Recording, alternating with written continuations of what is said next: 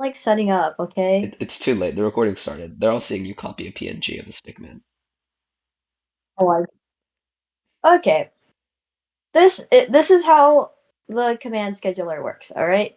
You have think of the like the basically if you don't know what a command is, it is basically the robot doing something, a action, and the robot does not like to multitask that much, especially when you're throwing commands at it, because there's something called a command scheduler. And you can imagine this command scheduler as like a line of people, right? You're like, oh my god, we want food from the food truck. So imagine this is this command that's right in the front, this stickman, that is gonna be the one that is um, in action right now. He's the one that's running the command, and the command has a life cycle, right? And so this is like, for example, taking an order. You have checking out the menu, talking to the dude, paying up the money, and then getting your food. Well, commands have that same schedule, lifespan sequence. You first have your initialize, right? I'm gonna do this initialize, and then after that, it Close enough. goes into this like loop where it's executing. And then while it's executing, it's going to check if it is finished. And this is a boolean, right? And it's Hmm. going to basically run down this arrow. It's going to keep going and checking, hey, did you finish executing this command? Hey, did you finish ordering your food from the food truck? And once it's finished, right? It will have a end sequence, whatever it does at the end, and that is signals to the next command to be like, hey, it's my turn to order. Because once this command ends, it goes, and then the next person can move forward and order his food. But the problem is sometimes commands never end. And if commands never end, this dude's taking up his sweet time, or like with the robot ordering the food truck, blah blah blah, and all the other commands, they cannot order their food, they cannot execute. And so your commands either finish or interrupt, right? A command can interrupt, and that would be the same thing as if it's finished, interrupted. And the equivalent of interrupting is like the guy behind this dude gets real mad and be like, you know what, I'm calling the police on you, and then the police shows up and starts like telling this man like, hey, you gotta go, dude. Oh, You're taking up his way too much time, and so this guy is like dead, and then that command's interrupted, which triggers the end sequence, did he and the just next die? command. Well, he was taking way too long at the food truck, What? Okay.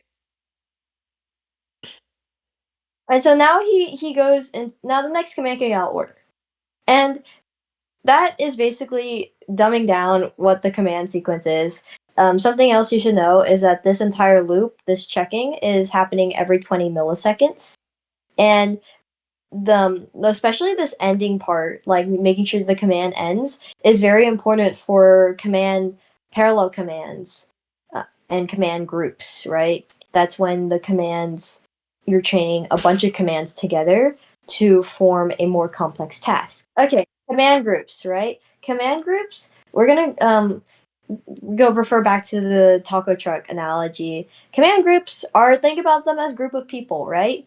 And each group of people that's kind of like showcasing how they order and the order of when their order is finished. This analogy is going to die off really soon, but you'll see. So sequential group, right? This is one command running right after the other, one person after a time. The one person orders, the next person, and the next person. One command runs, the next command runs, the next command runs. Notice how the command has to finish before the next sequence can run. So this is like if you used a bunch of and then statements, which is a type of way you can chain commands together. Ooh, video, please load. Ta-da. Yeah, these commands are very important. I love command composition. These dot and thens. So this would be your sequential. These two are here, and then before starting. So after this happens, and then do this. So that every time that command ends, moves on to the next person. That's a sequential command group. Nice. This is a parallel command group. All the commands start at the same time. Imagine this as a group of people ordering at the food truck all at the same time. And that their order is finally finished. They move on to the next group of people when everyone finished ordering. That is a parallel command group. They all run at the same time, and the whole group ends when it is all everyone is finished. Parallel race group is going to be everyone orders at the same time, but you get cut off by mom who finishes ordering and decides that everyone else is also done, and Oh, so will not let you order all your stuff as well.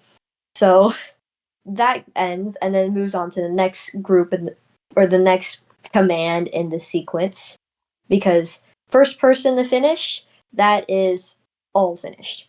nice. And then the parallel deadline group is everyone goes at the same time, but you have this leader here. This first command that runs is your like leader command, and as soon as that command finishes, the whole command group finishes. So pink doesn't get a chance because pink takes way too long, but the gray one had a chance to finish its command because it's way shorter than green. And so that's how all the command groups work. Think of them as just group of people, and the command scheduler is just a nice food truck. Whoa.